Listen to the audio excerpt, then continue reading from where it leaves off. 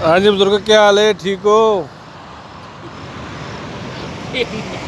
गड्डी जनाब अगर तुसी ना माशाल्लाह लईए ये बड़े काबले शावले फिट कराए ने ते कितना खर्चा है इसका? पंजी 2500 माशाल्लाह जी। मोबाइल दुकान बनाई है बुजुर्गों ने। देखो जी, डी डिफेंस हाउसिंग अथॉरिटी DHA दे विच काबले शावले फिट करके देखो जी, बड़ा प्यारा निज़ाम बनाया बुजुर्गों ने। हर चीज़ विजिबल है और नज़र आ रही है। बाबा जी टायर भी लवा देंगे पिछे गड्डी दे जी?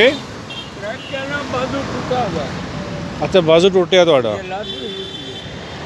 अच्छा अच्छा, अल्लाह पाक तुहाडे ते करम फरमाए, अल्लाह पाक तुहानू सेहत ता फरमाए। बड़ी गल है, तुसीं हिम्मत नाल करके जनाब अपनी रोज़ी कमा रहे हो, बड़ी गल है। किन्नी कि रोज़ाना इत्थे डेली खड़ा करते हो? कभी 200 कभी 300 जी। बुजुर्ग कह रहे कि 200 दिहाड़ी बजती है, कि 300। यह छोटा जहा कारोबार है इन्हों का, देख लो।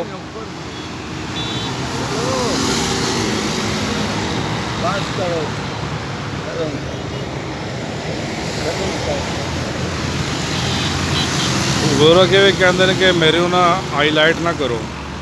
ठीक हो गया बुजुर्ग, बड़ी नाल है जे जेड़े अच्छे लोग ने नाल है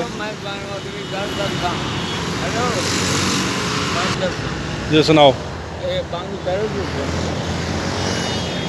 अच्छा अच्छा,